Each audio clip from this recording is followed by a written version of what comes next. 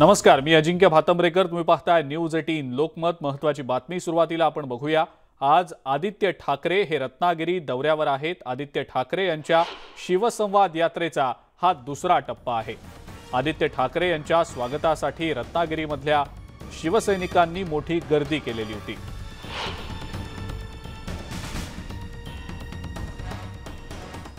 आपण ही दृश्य पाहतो आहोत सध्या.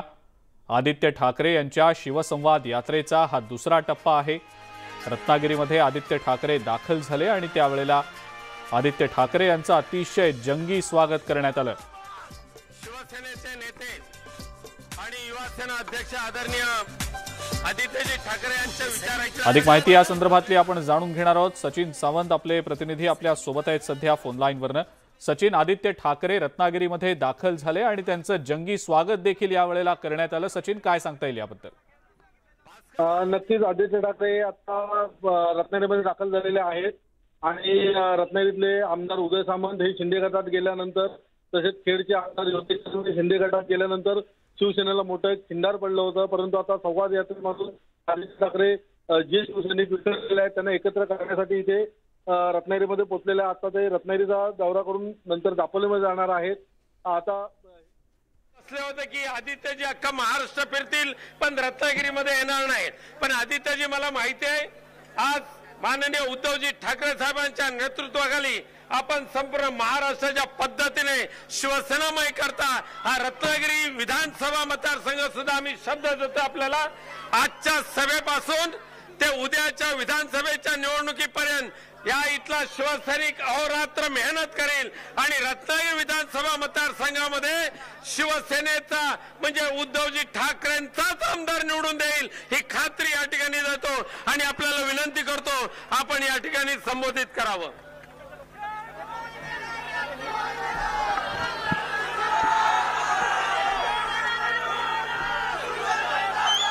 जय महाराष्ट्र.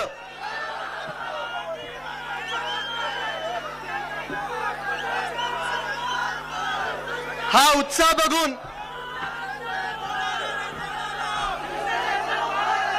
मी आज एवढी खात्री देऊ शकतो की जे झालं ते झालं, गद्दारी झाली ती झाली, पण पुन्हा एकदा इथे शिवसैनिकच जिंकून येणार आणि येणारच. खास करून आज समोर मला महिला जास्ती दिसत आहेत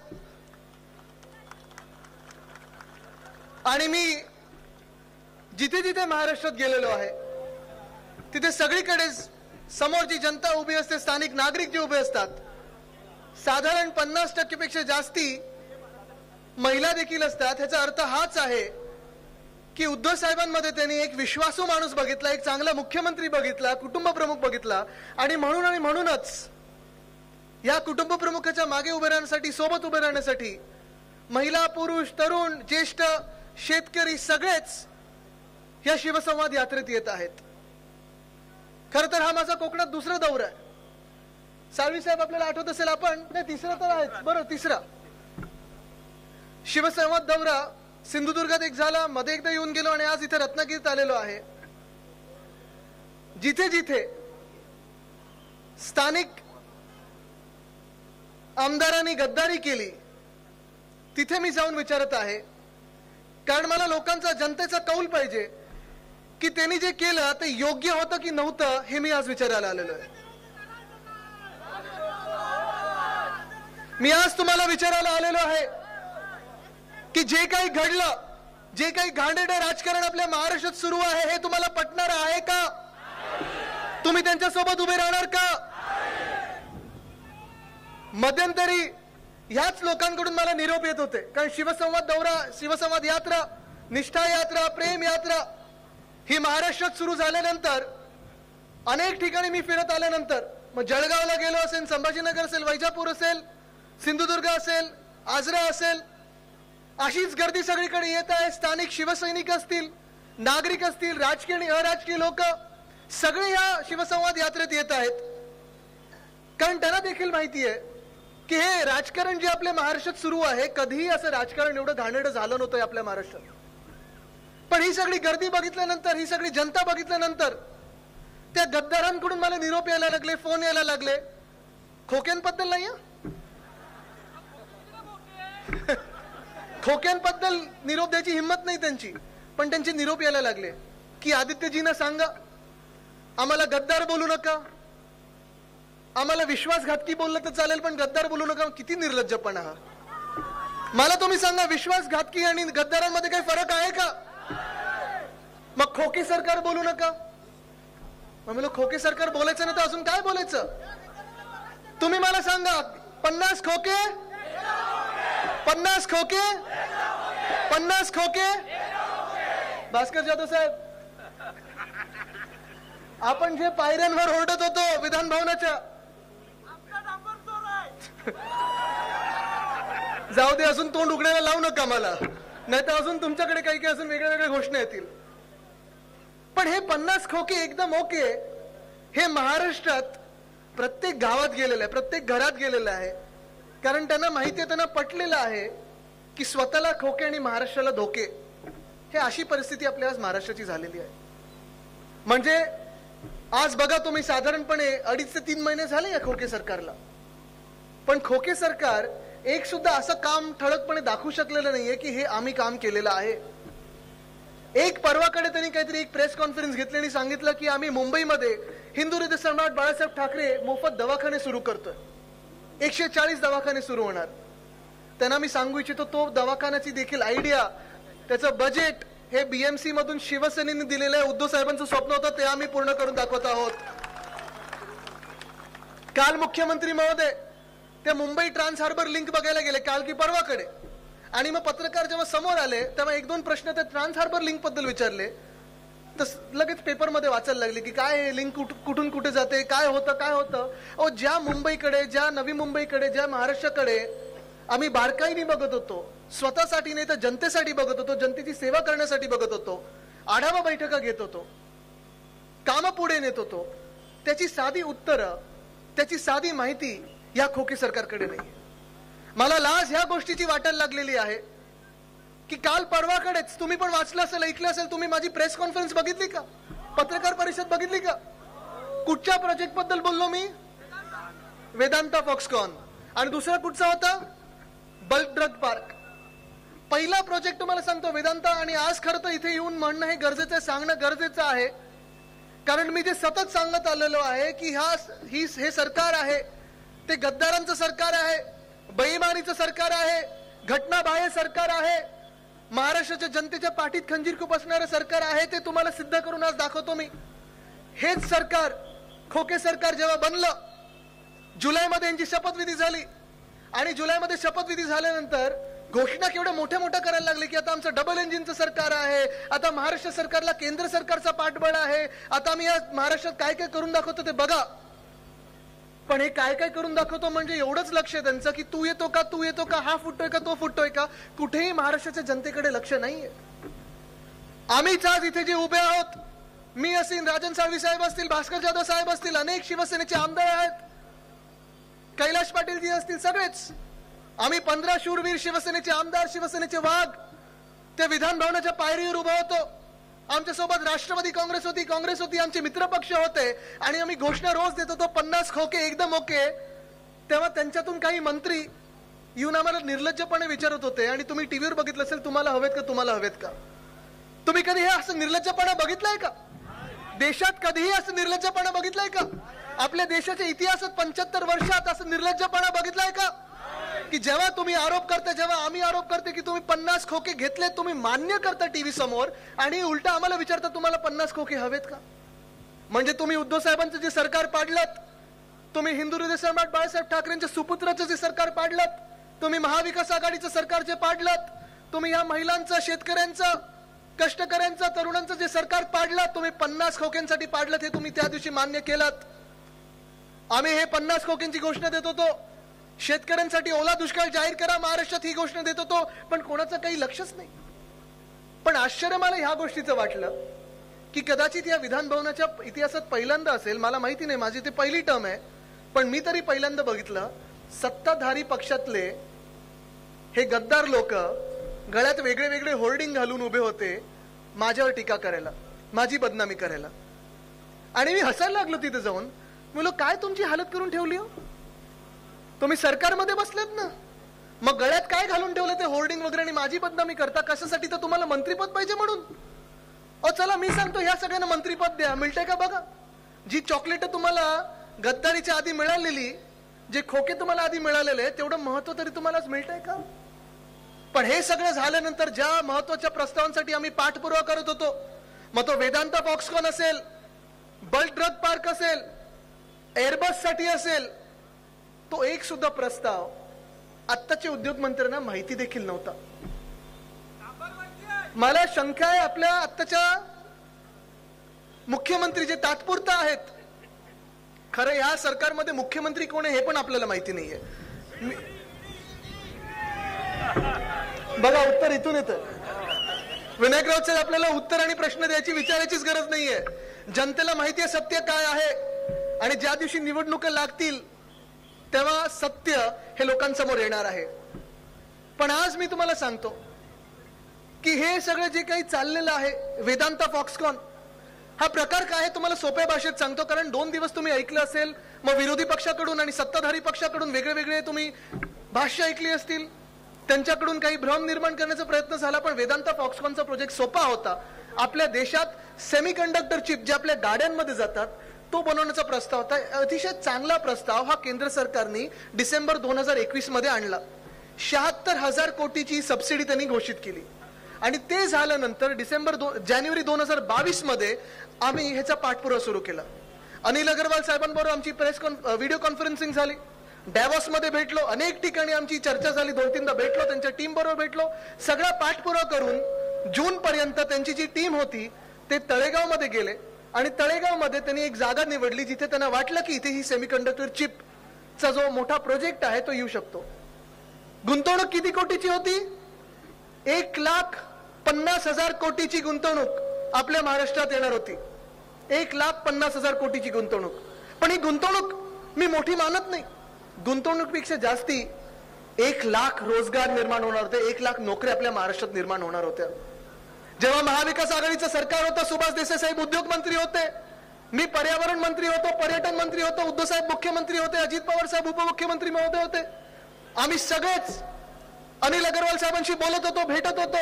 हा प्रस्ताव महाराष्ट्रात कसा येणार, माझ्या महाराष्ट्रातल्या तरुणांना 1,00,000 नोकऱ्या उपलब्ध कशा करून देणार, ह्याच्यावर आमचं पूर्णपणे फोकस असताना आतापर्यंत आम्ही याचा पाठपुरावा केला. आणि अक्षरशः जून पर्यंत आमच्या बैठका झाल्या.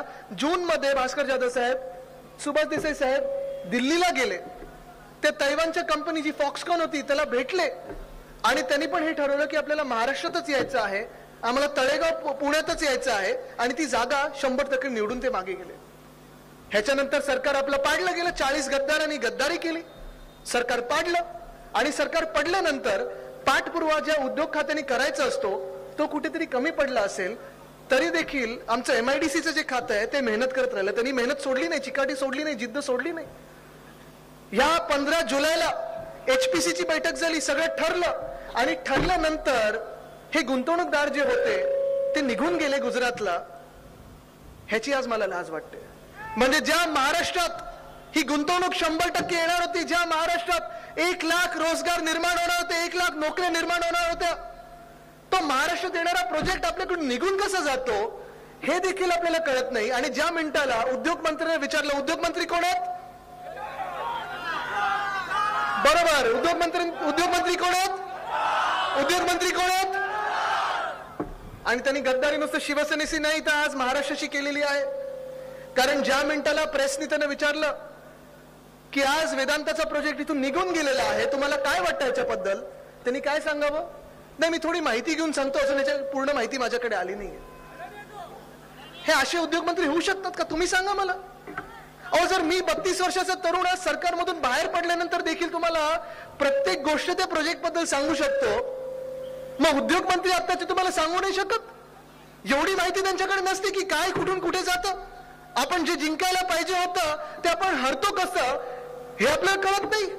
मी परवाकडे देखील या पत्रकार परिषदेत बोललेलो होतो की बाजीगर मध्ये एक डायलॉग आहे, हार के जीतने वाले को बाजीगर कहते हैं.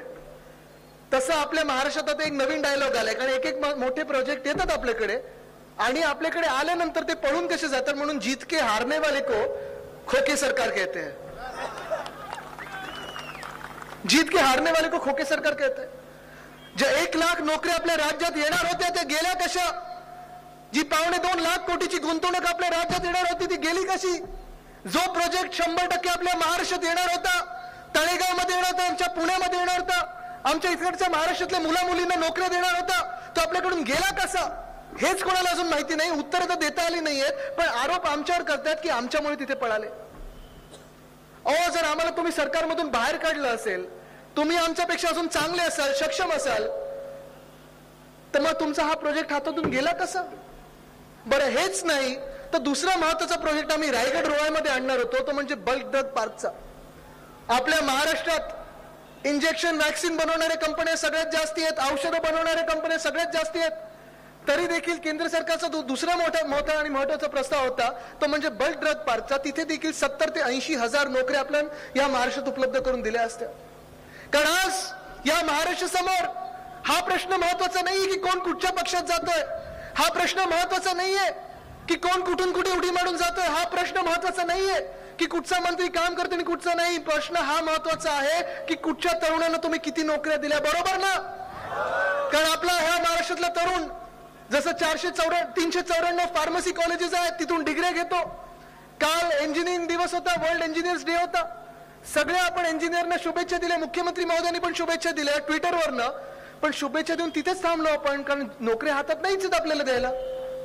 आज लाज वाटणारी गोष्ट हीच आहे की बल्क ड्रग पार्क जो महत्वाचा प्रस्ताव होता, केंद्र सरकारचा दुसरा चांगला प्रोजेक्ट, आणि मी केंद्र सरकारवर टीका बिलकुल करत नाहीये, कारण केंद्र सरकार हेच होतं मागच्या 7 वर्षात. पण गेल्या 2.5 वर्षात जेव्हा महाविकास आघाडीचं सरकार होतं, उद्धव ठाकरे साहेब मुख्यमंत्री होते, हेच केंद्र सरकार होतं. आणि त्या केंद्र सरकारच्या अखत्यारीखाली आपण काम करत असताना या महाराष्ट्रात उद्धव साहेबांनी 6.5 लाख कोटी एवढी गुंतवणूक आणू शकलोय. आपण हजारो रोजगार निर्माण केलेले आहेत. मग केंद्र सरकार वेगळं असताना, महाविकास आघाडी वेगळी काम करत असताना जर आपण गुंतवणूक आणू शकतो, मग हे डबल इंजिनचं सरकार जे आहे का, एक इंजिन फेल झालं यांचं. एक इंजिन फेल झालं, झोपले असतील मला माहित नाही काय, पण यांना माहिती नाही की बल्क ड्रग पार्क पण यांच्या हातातून निसटून गेला. कुठे गेला? आंध्र प्रदेशला गेला, दुसरा हिमाचल प्रदेशला गेला आणि तिसरा गुजरातला गेला. पण यांना अजून माहिती नाही, कळलंही नव्हतं की बल्क ड्रग पार्क जो आपला उद्योग खाता त्याचा देखील पाठपुरावा करत होतं, ते देखील उद्योग मंत्र्यांना माहिती नव्हतं की तेही आपल्या हातातून निघून गेलं. खर तर हेच जर दुसऱ्या कुठच्या राज्यात झालं असतं, हेच जर तेलंगणामध्ये झालं असतं, हेच जर आंध्र प्रदेशमध्ये झालं असतं, हेच जर कर्नाटकामध्ये झालं असतं, हेच जर गुजरातमध्ये झालं असतं, तर तिकडच्या मुख्यमंत्र्यांनी तिकडच्या उद्योग मंत्र्याचा राजीनामा मागितला असता आणि तो घेतला असता. पण आपल्याकडे मुख्यमंत्री बिचारे खूप व्यस्त आहेत. कशात व्यस्त आहेत? त्याच्यानंतर आता आणि त्याच्यानंतर मी हे परवाकडे जाहीरपणे बोललो आणि आज पण बोलतोय, तुमच्या सगळ्यांच्या साक्षीने बोलतोय की तिसरा प्रोजेक्ट महत्वाचा आहे. अनिल परब साहेब, आपल्याला आठवत असेल, आपण एअरबस आणि टाटा हा मोठा एक प्रस्ताव आहे, ह्याचा पाठपुरावा करत आहोत. मागच्या वर्षीपासून पाठपुरावा करत आहोत. आपले मुख्यमंत्री महोदयांनी केंद्र सरकारला लिहिलेलं आहे की जसं रोह्याला आम्ही बल्क ड्रग पार्क आणू इच्छितो, जसं वेदांताचा प्रोजेक्ट आम्हाला पुणे जिल्ह्यात द्यायचा होता, तसं नागपूरमध्ये मिहान आहे आणि तिथेच आम्हाला या एअरबसची कंपनी यायची होती, आणायची होती. तो आमचा पाठपुरावा होता. 3 दिवसापूर्वीपर्यंत मी जेव्हा बोललो नव्हतो, या मुख्यमंत्र्यांना असेल, तात्पुरतं मुख्यमंत्र्यांना असेल, या उद्योग मंत्र्यांना असेल, या सरकारला असेल, या खोके सरकारला असेल, एअरबस नावाचा प्रस्ताव आहे माहिती देखील नव्हतं. आज सगळीकडे बोलतात की आम्ही एअरबससाठी पाठपुरावा करू, एअरबससाठी पाठपुरावा करू. म्हणजे आपल्या राज्यात काय नक्की चाललेलं आहे? हे उद्योग खातं असेल, आपले मुख्यमंत्री असतील, मी परवाकडे बोललो की लवकर पाठपुरावा करा, कारण आता नवरात्री येणार आहे. मग मुख्यमंत्री महोदयांना दांडिया, गरबा, आता त्यांचा रेकॉर्ड आहे, 250 मंडळ त्यांनी फिरलेले आहेत, आता 450 मंडळ स्वतःचा वर्ल्ड बुक मध्ये रेकॉर्ड आणायचं आहे, घरा फिरायचं सगळीकडे. आता ह्या सगळ्या गोष्टींना थोडं बाजूला ठेवून राजकीय, आता परत मी काहीतरी ऐकतो की उद्या परवापासून मी यात्रा काढली शिवसंवाद म्हणून, त्यांना पण आता यात्रा काढायची, कुठची तरी गर्जना यात्रा वगैरे त्यांना करायची. ठीक आहे, यात्रा काढा, काही यात्रेत माझा आक्षेप नाहीये, पण यात्रा काढत असताना तुम्ही महाराष्ट्राच्या शेतकऱ्यांना तुम्ही उत्तर देणं गरजेचं आहे की तुम्ही अजून ओला दुष्काळ का नाही जाहीर केलात. महाराष्ट्राच्या शेतकऱ्यांना तुम्ही उत्तर देणं गरजेचं आहे की ज्या ज्या सवलती आम्ही महाविकास आघाडी सरकार म्हणून देत होतो, कर्जमुक्त करत होतो, तुम्ही अजून का नाही केलं? ज्या ज्या जिल्ह्यांमध्ये जाल तुम्ही तिकडच्या तरुणांना उत्तर देणं अपेक्षित आहे की जे नोकऱ्या आपण आणणार होतो, जो रोजगार आपण ह्या महाराष्ट्रात आणणार होतो, तो रोजगार तुम्ही का नाही आणू शकलात, हे तुम्ही उत्तर देणं गरजेचं आहे. डबल इंजिन मध्ये एक इंजिन फेल का झालंय हे तुम्ही उत्तर देणं गरजेचं आहे. पण आज हालत बघा या महाराष्ट्राची कशी आहे. आज उद्योग मंत्र्यांना माहिती नाहीये आपल्या महाराष्ट्रात काय चाललेलं आहे, किती उद्योग आहेत, किती उद्योग मागच्या सरकारने आणले आणि किती उद्योग ह्या सरकारच्या मुळे पळून गेलेले आहेत, हे या उद्योग मंत्र्यांना माहिती नाहीयेत. दुसरे एक मंत्री आहेत संजय राठोड साहेब, त्यांच्यावर आरोप प्रत्यारोप खूप झाले, पण त्यानंतरही देखील आज त्यांनी शपथविधी झाल्यानंतर 3 महिने होऊन गेलेले आहेत, पण पदभार त्यांनी मंत्रिपदाचा घेतला नाहीये, त्यांचं काम सुरू केलेलं नाहीये. हे तुम्ही आज मुख्यमंत्री आणि उपमुख्यमंत्री महोदयांना विचारलं पाहिजे की अशा मंत्रिमंडळात मंत्री देखील का आहेत ज्यांनी मंत्रिपद घेतलेली आहेत पण मंत्रिपदाचं काम सुरू नाही केलंय. कृषी मंत्री कुठेतरी जाहीर करून आले की पीएम किसान योजनेसारखी आम्ही महाराष्ट्रात योजना आणू, मग ती योजना अजून का नाही आणली तुम्ही ते जसं दहीहंडीसाठी खोटं आश्वासन दिलं तसं खोटं आश्वासन होतं की खरं तुम्ही बोलताय हे तुम्ही सांगणं गरजेचं आहे. अनेक मंत्री असे आहेत ज्यांनी बंगले घेतलेले आहेत, पदं घेतलेली आहेत, पण ह्या महाराष्ट्रात अजून पालकमंत्री जाहीर झालेले नाहीयेत. पालकमंत्री जाहीर झालेले नाहीयेत. इथे अनिल परब साहेब आहेत, ह्याच रत्नागिरीचे ते पालकमंत्री होते, मी मुंबई सबर्बचा पालकमंत्री होतो. माझी समज अशी झालेली आहे की जिल्हा नियोजन समिती जी असते ती कुठच्याही मंत्रिपदापेक्षा जास्ती महत्वाची असते. त्या जिल्ह्यातले रस्ते असतील, त्या जिल्ह्यातली रोजगार निर्मिती असेल, त्या जिल्ह्यातलं अनेक गोष्टी जे असतात, पोलिसांना गाड्या देणं असेल, सगळं जे काही असतं ते पालकमंत्री करत असतो. पण आज हे सरकार जे आहे, खोके सरकार जे आहे, ते स्वतःसाठी खोके आणि महाराष्ट्राला धोके एवढंच कडून पुढे निघत आहे. आणि म्हणूनच मी तुम्हाला विचारायला आलेलो आहे की तुम्ही कोणासोबत उभे राहणार, शिवसेनेसोबत उभे राहणार की या खोके सरकारसोबत उभे राहणार? तुम्ही उद्धव साहेबांसोबत उभे राहणार की गद्दारांसोबत उभे राहणार? कारण ही गद्दारी जी झालेली आहे, ही गद्दारी फक्त शिवसेनेसोबत झाली नाहीये. ही गद्दारी काही उद्धव साहेबांच्या नुसतं पाठीत खंजीर खुपसला नाहीये. ही गद्दारी नुसतं राजकीय गद्दारी नाही तर माणुसकीशी ही गद्दारी झालेली आहे. तुम्ही विचार करा ना, ही गद्दारी त्यांनी केली कधी? खरं म्हणजे तुम्ही मला सांगा की जी व्यक्ती पक्षप्रमुख असते, कुटुंब प्रमुख असते, ज्या व्यक्तीने तुम्हाला सर्व काही दिलं, तुमची राजकीय तुमचा जन्म करून दिला, तुमची सामाजिक ओळख दिली, तुम्हाला निवडणुकीचे तिकीट दिलं, तुम्हाला जिंकून आणलं, प्रचार करून दिला, तुमच्यासाठी दिवस रात्र मेहनत घेतली, सरकार आल्यानंतर तुम्हाला मंत्रिपद दिले आणि सरकार नसताना तुम्हाला जपलेलं आहे, अशा माणसाच्या मागे तुम्ही उभं राहायचं की त्या माणसाच्या पाठीत खंजीर खुपसायचं? तुम्ही सांगा मला, पाठीत खंजीर खुपसायचं का? उभं राहायचं ना सोबत? मग आज मी तुम्हाला विचारायला आलेलं आहे की ज्या शिवसेनेनी, माझ्या वडिलांनी, पक्षप्रमुखांनी, त्यावेळेच्या मुख्यमंत्र्यांनी, कुटुंब प्रमुखांनी म्हणजेच उद्धव साहेब ठाकरेंनी काय कमी यांना दिलं की यांनी आमच्यासोबत गद्दारी केली? तुम्ही मला सांगा, काय कमी दिलं का? काय नक्की आमचं चुकलं की यांनी अशी गद्दारी केली? ह्यांच्यावर काहीतरी दडपण असू शकतात, मला माहिती नाही काही दडपण होती का? तुम्हाला माहिती आहे का? नाही, ऐकू नाही आलं मला. काय होतं? असू शकतात दडपण, पण ही दडपण त्यांनी सांभाळायला पाहिजे होती, त्यांनी सांगायला पाहिजे होतं या समोरून या छातीवर वार करा. पण हे गद्दार आज जे सांगतात आम्ही बंड केला, आम्ही उठाव केला, हे बंड नाही, हे उठाव नाही, ही गद्दारी होती. तुम्ही डरपोक होतात, तुमच्यावर दडपण होतात म्हणून तुम्ही पळून गेलात तिथे आणि तुम्ही छातीवर वार झेलण्यापेक्षा तुम्ही आमच्या पाठीवर वार करून निघून गेलात. अहो 40 वार अजून घेतलेले आहेत, अजून किती घ्यायला तयार आहे, पण हिंमत होती ना तर समोरून यायला पाहिजे होतं, असं गद्दारांसारखं डरपोकांसारखं मागून नाही यायला पाहिजे होतं. काय सांगतात हे आज की आमच्या बंडाची नोंद, उठावाची नोंद 33 देशांनी घेतली, अनेक वेगळ्या वेगळ्या पेपरमध्ये छापून आलं. हो, तुमच्या बंडाची नाही, तुमच्या गद्दारीची नोंद 33 देशांनी घेतलेली आणि महाराष्ट्राने चांगलीच नोंद घेतलेली आहे. जर हे बंडखोर असते, जर बंड करायचं असता, जर उठाव करायचा असता, जर या लोकांना क्रांती करायची असती तर हे जागच्या जागी उभे राहिले असते. पण जागच्या जागी उभे नाही राहिले, हे पळून गेले. कुठे गेले पळून? पहिला सुरतेला गेले, तिथून गुवाहाटीला जाऊन काय बघितलं? काय डोंगर, काय झाडी, हटील. मला काल परवाकडे सांगितलं कोणीतरी की आदित्य घाबरू नको, वेदांता फॉक्सकॉन तुमच्याकडेच परत येणार. मी म्हणलं कसं? ते अरे ते तुला कळत नाहीये, ते पहिले गुजरातला गेलेत, मग तिथून गुवाहाटीला जाणार, मग गोव्यात आणणार, मग महाराष्ट्रात येणार. डायरेक्ट कसे येणार ते? त्यांना पण लाज वाटायला पाहिजे. पण हेच आपल्या राज्यात जे झालेलं वातावरण ते एवढं गढूळ झालेलं आहे की गद्दारीला आपण बंड समजायला लागलेलो आहे, गद्दारीला आपण क्रांती समजायला लागलेलो आहे, डरपोकपणाला आपण क्रांती समजायला लागलेलो आहे. आणि आपण महाराष्ट्राची जनता म्हणून नाही तर हे 40 लोक जे आहेत ते समजायला लागलेत आणि निर्लज्जपणे सगळीकडे फिरायला लागलेले आहेत.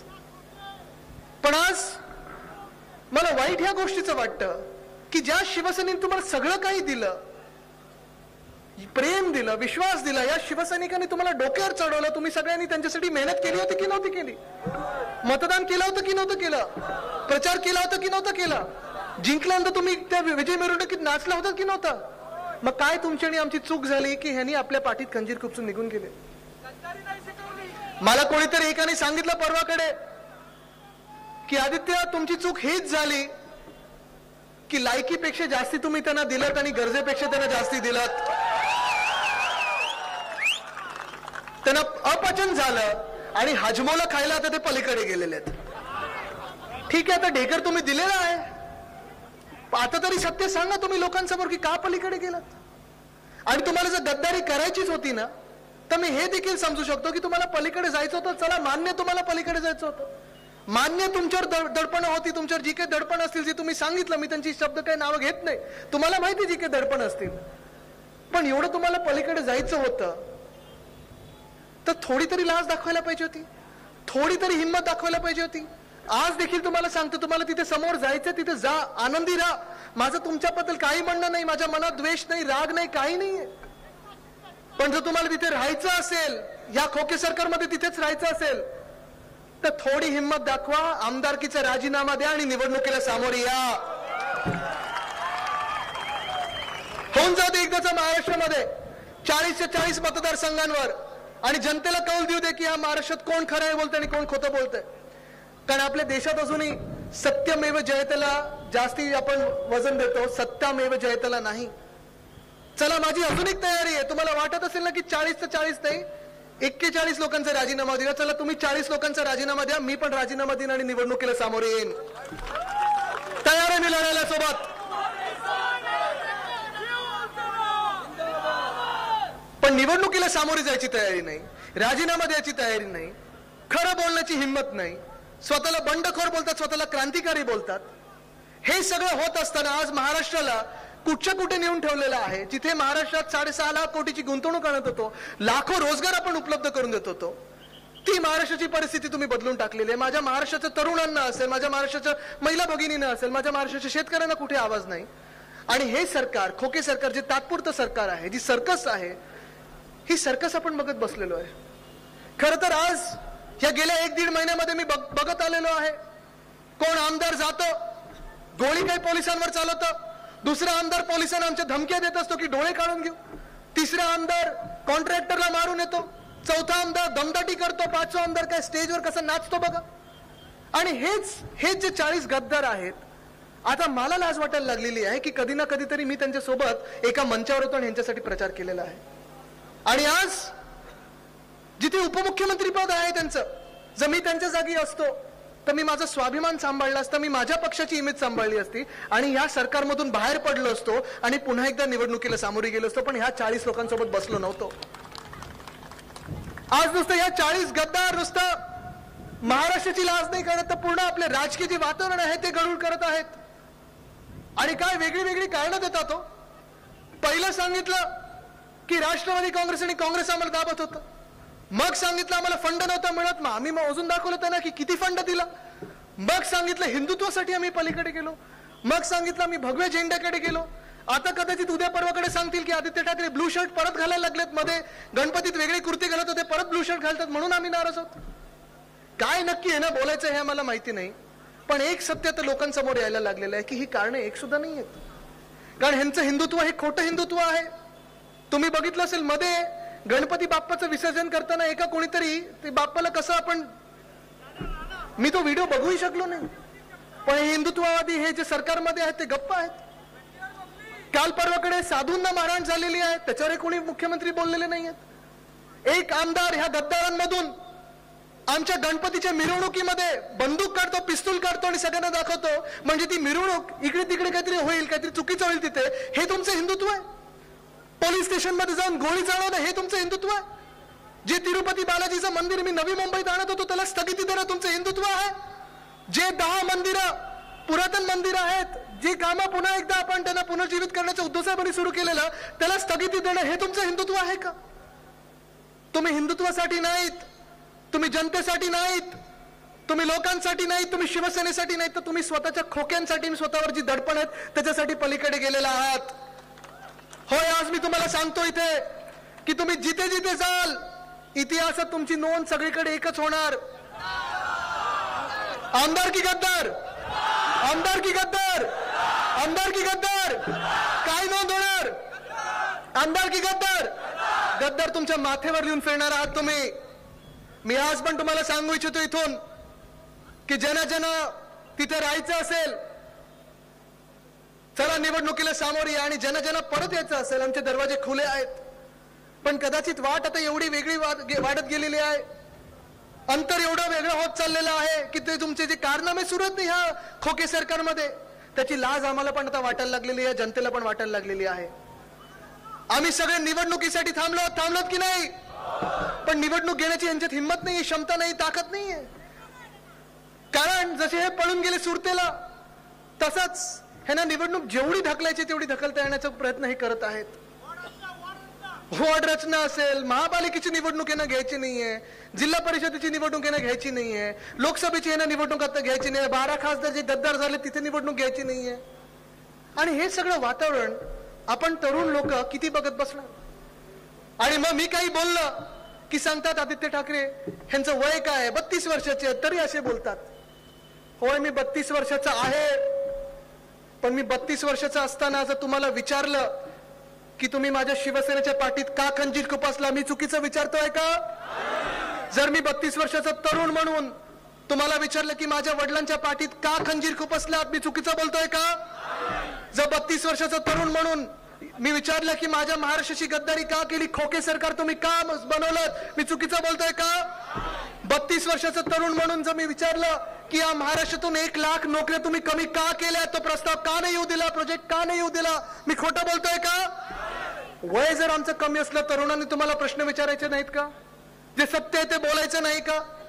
क्रांती करायला, लढायला पोलीस आणि आर्मीमध्ये तुम्हाला तरुण पाहिजे असतात, पण राजकीय जे प्रश्न असतात, जे तुम्हाला टोचणारे प्रश्न असतात, जे सत्य बोलायचं असतं, तिथे 32 वर्षाच्या तरुणांनी काही बोललं की तुम्हाला लगेच तुमचं वय आठवतं, आमचं वय आठवतं. मी आदरपूर्वक आतापर्यंत बोलत आलेलो आहे, कोणाचा अनादर केला नाहीये, कोणाचे नाव एकेरी घेतलं नाही. मी असं बोलत नाही जसं परवाकडे मुख्यमंत्री महोदय बोलले, तो वेदांत आला होता, तो काही कॉन्ट्रॅक्टर आहे का? असं एकेरी उल्लेख करून उद्योगपती कोणी आपल्या राज्यात येत नाही. तो आदरपूर्वक बोलायला लागतं, निष्ठाही जपायला लागते, निष्ठाही दाखवायला लागते. पण हे खोके सरकारला निष्ठा, आदर, हिम्मत हे काहीच माहिती नसताना आपल्या महाराष्ट्राला जेवढा आपण पुढे नेण्याचा प्रयत्न करत होतो तेवढे हे मागे खेचण्याचा प्रयत्न करत आहेत. प्रत्येक निर्णय यांचा बघा, आपल्या महाविकास आघाडी सरकारचा पहिला कॅबिनेटचा निर्णय काय होता, मंत्रिमंडळाचा निर्णय काय होता? तर छत्रपती शिवाजी महाराजांचा जो रायगड आहे त्या किल्ल्याला पण 600 कोटी दिले, कारण तिथे आपल्याला रिपेअर काही करायचं होतं, त्याच्यासाठी आपला पहिला निर्णय तो होता. शेवटचा निर्णय काय होता हे सरकार पाडायच्या आधी? औरंगाबादचं नाव आपण संभाजीनगर केलं, उस्मानाबादचं नाव आपण धाराशिव केलं. हे आपलं खरं हिंदुत्व आहे. पण यांच्या पोटात एवढ्यासाठी दुखलं कारण हे सगळं आपण करत असताना कुठेही जातीय दंगल झाली नाही, कुठेही समाजामध्ये वाद निर्माण झाले नाहीत, धर्मांमध्ये भांडणं झाली नाहीत. प्रत्येकाला वाटत होतं उद्धव साहेब हा माझा माणूस आहे, माझा मुख्यमंत्री आहे, बरोबर ना? प्रत्येकाला वाटत होतं.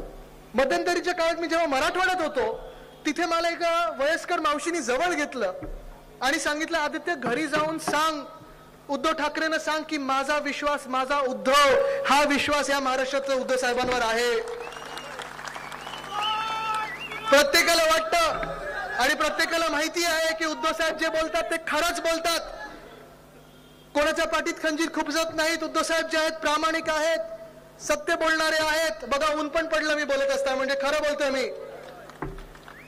ढगाळ जे वातावरण होतं ते निघून गेलेलं आहे आणि हेच आपल्याला काम करायचं आहे. भेटतो, सगळ्यांना भेटतो.